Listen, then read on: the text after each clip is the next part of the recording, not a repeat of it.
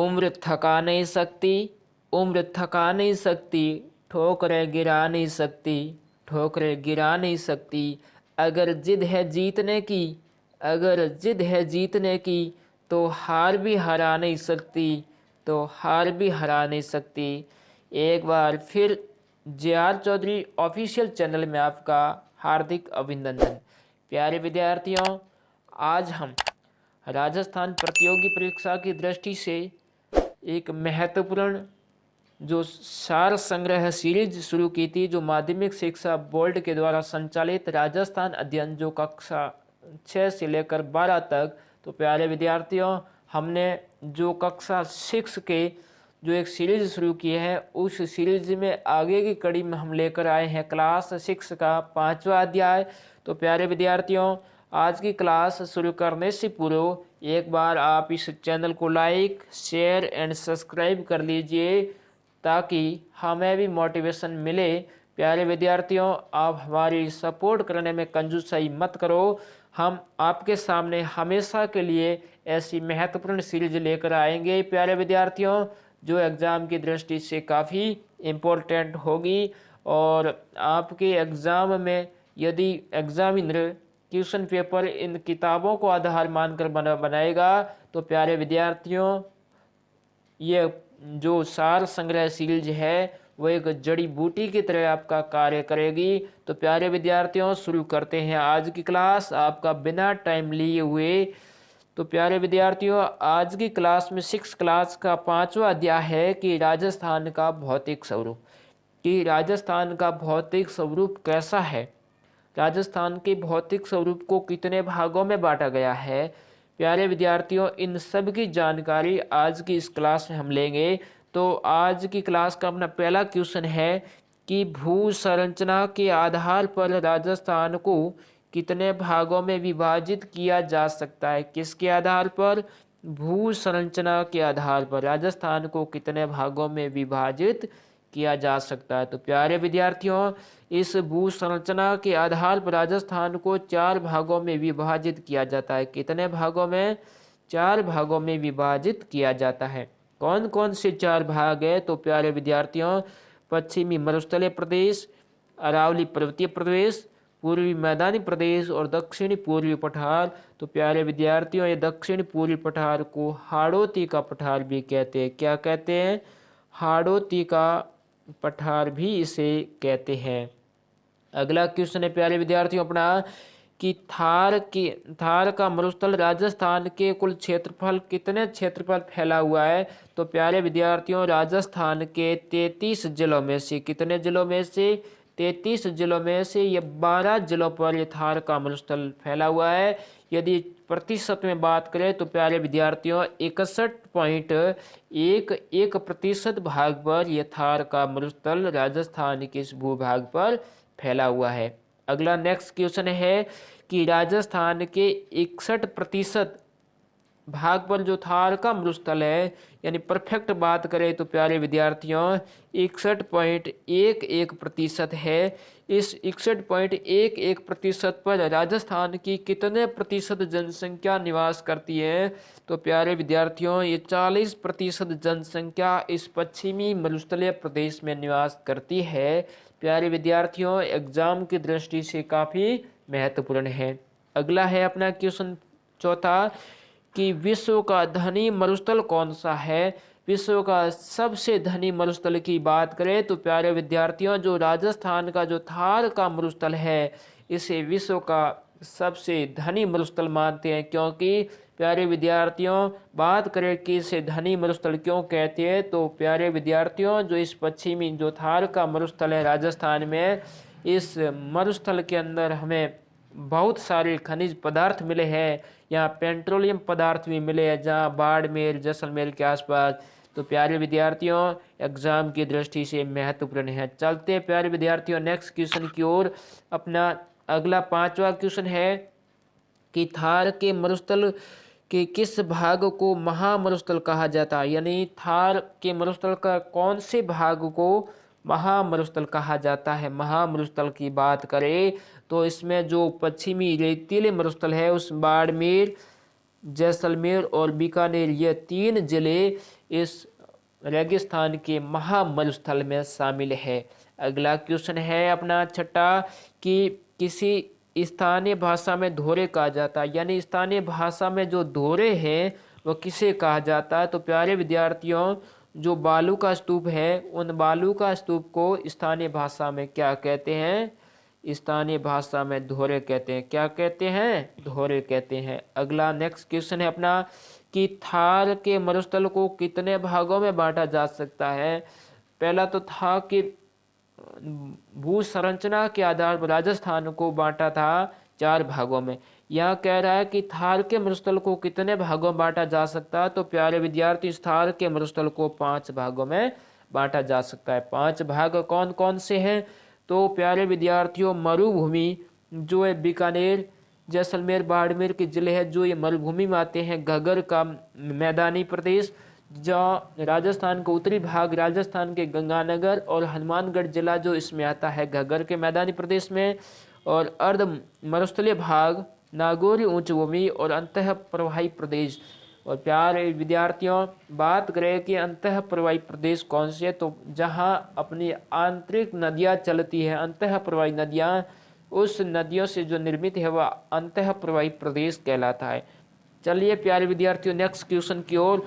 अगला 8वां क्वेश्चन है कि राजस्थान में अरावली का विस्तार किस दिशा में है, यानी अरावली राजस्थान किस दिशा से किस दिशा की ओर इसका विस्तार है। तो प्यारे विद्यार्थियों, बात करें कि अरावली की तो दक्षिण पश्चिम से लेकर उत्तर पूर्व की ओर, यानी जो हमारे दक्षिणी जिले हैं कौन से, उदयपुर, डूंगरपुर, सिरोही के आसपास से लेकर उत्तर पूर्वी जो जिले हैं कौन से, सीकर और जयपुर वो के आसपास के जिले, इस दिशा के अंदर ये दक्षिण पश्चिम से उत्तर पूर्व दिशा में इसकी क्या है, विस्तार है। चलिए नेक्स्ट क्वेश्चन की ओर। अगला क्वेश्चन है कि राजस्थान के कुल क्षेत्रफल का कितना प्रतिशत भाग, यानी जो राजस्थान का क्षेत्रफल है उसमें से 61.11% तो इस मरुस्थलीय प्रदेश का है, लेकिन इस अरावली का कितना है। तो अरावली का प्यारे विद्यार्थियों 9% है। कितने प्रतिशत है? 9% क्षेत्रफल इस अरावली पर्वतीय प्रदेश में राजस्थान का आता है। और बात करें कि इस अरावली पर्वतीय प्रदेश का विस्तार कहाँ से कहाँ तक है, तो इसका विस्तार, अरावली का विस्तार कहाँ से कहाँ तक है, तो गुजरात के खेड़ ब्रह्मा से दिल्ली के रायसीना हिल्स तक इसका विस्तार है। प्यारे विद्यार्थियों, ये क्वेश्चन एग्जाम में कई बार पूछा गया है, और ये जो अरावली की दिशा वाला है, विस्तार वाला, ये भी कई बार पूछा गया है कि अरावली का विस्तार कहाँ से कहाँ तक है। तो प्यारे विद्यार्थियों, खेड़ ब्रह्मा गुजरात से लेकर दिल्ली के रायसीना हिल्स तक इसका विस्तार है। चलते हैं नेक्स्ट क्वेश्चन की ओर विद्यार्थियों। अगला है अपना कि अरावली पर्वतमाला की कुल लंबाई कितनी है। तो प्यारे विद्यार्थियों, जो अरावली पर्वतमाला की कुल लंबाई है वह 692 किलोमीटर है। कितनी? 692 किलोमीटर इस अरावली पर्वतमाला की क्या है, लंबाई है। और आगे है कि अरावली पर्वतमाला को कितने भागों में विभाजित किया जा सकता है। तो अरावली पर्वतमाला को कितने भागों में, 2 भागों में विभाजित किया जा सकता है, उत्तरी अरावली और दक्षिणी अरावली। बात करें कि राजस्थान में अरावली पर्वतमाला की कुल लंबाई कितनी है। कुल लंबाई की बात करें तो प्यारे विद्यार्थियों वह 692 किलोमीटर है। कितनी? 692 किलोमीटर है। यह अरावली की कुल लंबाई है। उसमें से राजस्थान में इसकी लंबाई की बात करें तो प्यारे विद्यार्थियों 550 किलोमीटर है। कितनी?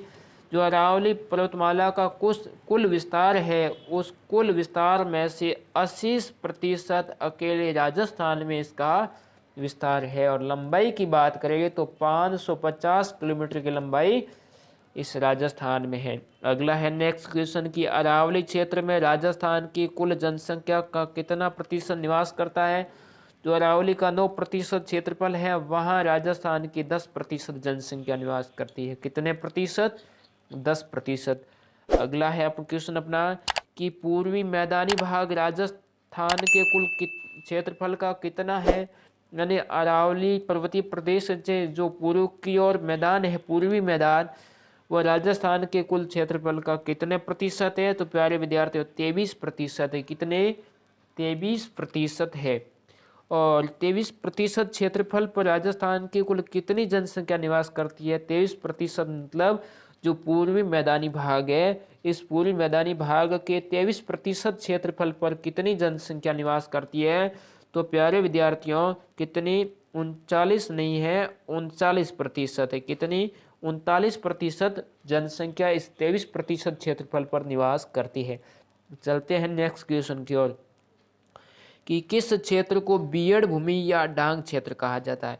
यानी कौन से क्षेत्र को बीयड भूमि या डांग क्षेत्र कहा जाता है? तो प्यारे विद्यार्थियों, जो कोटा से लेकर धौलपुर के आसपास का क्षेत्र है वह बीहड़ या डांग क्षेत्र कहलाता है। बता दूं कि जो चंबल नदी का प्रवाह क्षेत्र है वहाँ राजस्थान के सर्वाधिक बीहड़ है।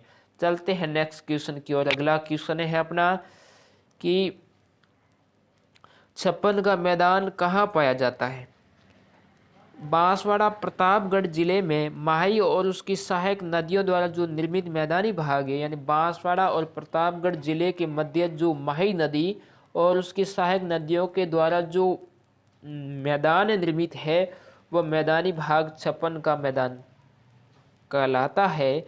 तो प्यारे विद्यार्थियों, यह छप्पन का मैदान राजस्थान में कई बार पूछा गया है एग्जाम में कि छप्पन का मैदान कहाँ है? तो प्रतापगढ़ और बांसवाड़ा जिले के मध्य का माही नदी का प्रवाही क्षेत्र छप्पन का मैदान कहलाता है। अगला है नेक्स्ट क्वेश्चन कि राजस्थान के दक्षिण पूर्वी पठारी भाग को किस नाम से जाना जाता है? जो राजस्थान का दक्षिणी पूर्वी पठार भाग है उसे हाड़ौती के पठार का नाम से जाना जाता है। और बात करें हाड़ौती के पठार की, तो प्यारे विद्यार्थी, इस हाड़ौती के पठार में राजस्थान के 4 जिले हैं, कोटा, बूंदी, झालावाड़ और बारां।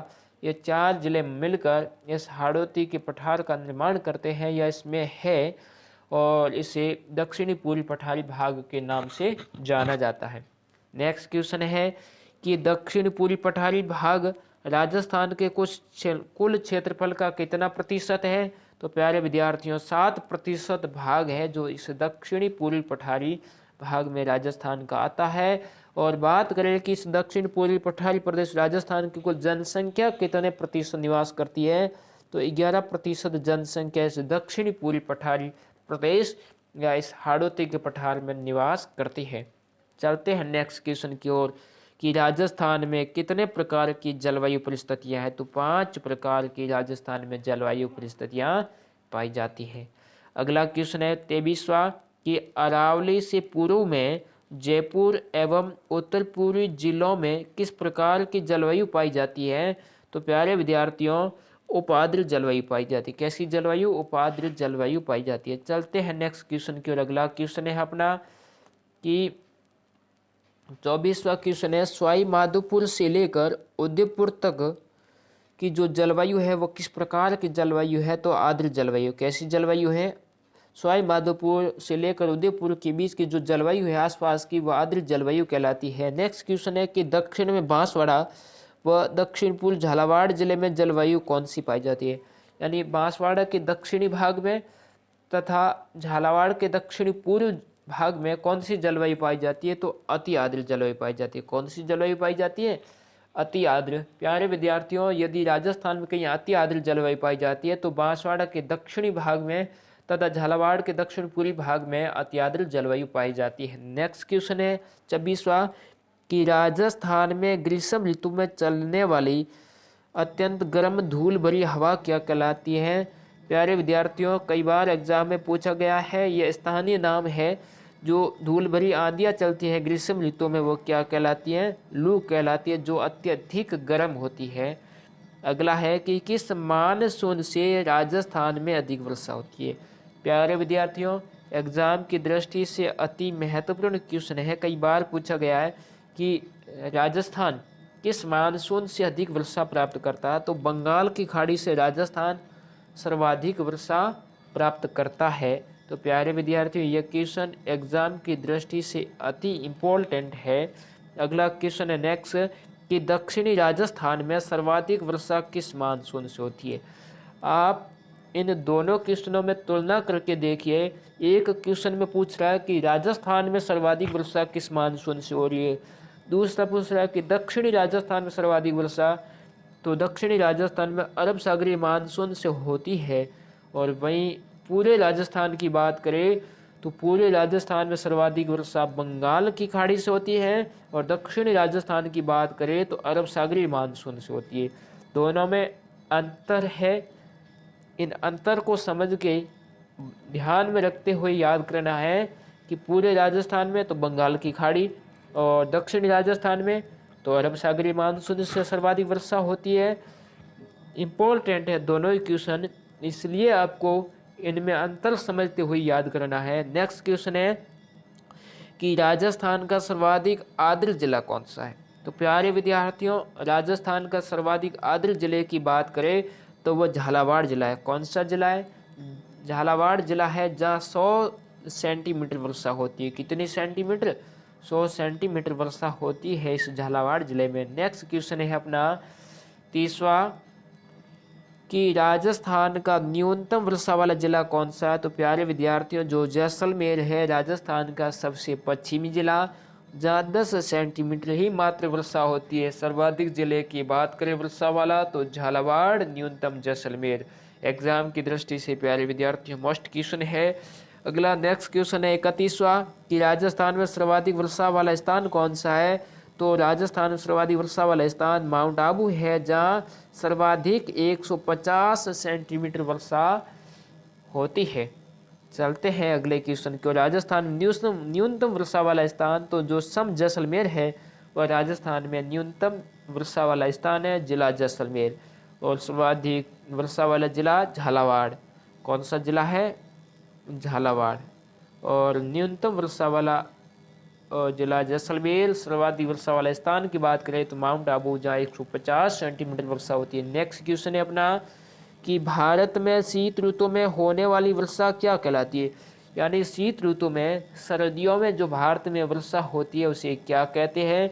तो सर्दियों में होने वाली वर्षा मावठ कहलाती है। क्या कहलाती है? मावठ कहलाती है। प्यारे विद्यार्थियों, इसे मोस्ट करना, क्योंकि यह कई बार एग्जाम आया है और आगे भी आने की इसकी प्रबल संभावना है। चलते हैं नेक्स्ट क्वेश्चन की ओर कि भारत में शीत ऋतु में होने वाली वर्षा किस से होती है। यानी जो सर्दियों के अंदर वर्षा होती है जिसे मावठ कहते हैं, वो किस से होती है। तो प्यारे विद्यार्थियों, पश्चिमी विक्षोभ से होती है। किस से होती है? यानी पश्चिमी विक्षोभ से ये मावठ वर्षा होती है। चलते हैं अगले क्वेश्चन की ओर। मावठ किस फसल को सर्वाधिक उपयुक्त है। यानी मावठ वर्षा होने से सर्वाधिक किस फसल को फायदा होता है। तो प्यारे विद्यार्थियों, जो गेहूं की फसल है उस गेहूं की फसल को इस मावठ वर्षा से या पश्चिमी विक्षोभ से होने वाली वर्षा मावठ से सर्वाधिक इसको फायदा मिलता है। तो प्यारे विद्यार्थियों, आज हमने इस 5वें अध्याय से राजस्थान के जो 6th क्लास की बुक का 5वां अध्याय है, इसमें से जितने भी महत्वपूर्ण एग्जाम की दृष्टि से क्वेश्चन बन रहे थे, प्यारे विद्यार्थियों, उन क्वेश्चनों को हमने एक प्लेटफॉर्म पर लाने की कोशिश की और जो एग्ज़ाम की दृष्टि से अति महत्वपूर्ण है। और एग्ज़ाम में उनको आप ज़रूर वीडियो को देख के जाना, जो आप इसको देखकर और भी एग्ज़ाम में बेटर करके आओगे। तो प्यारे विद्यार्थियों, आज की क्लास में इतना ही, जो एग्ज़ाम की दृष्टि से काफ़ी महत्वपूर्ण था। तो प्यारे विद्यार्थियों, थैंक यू।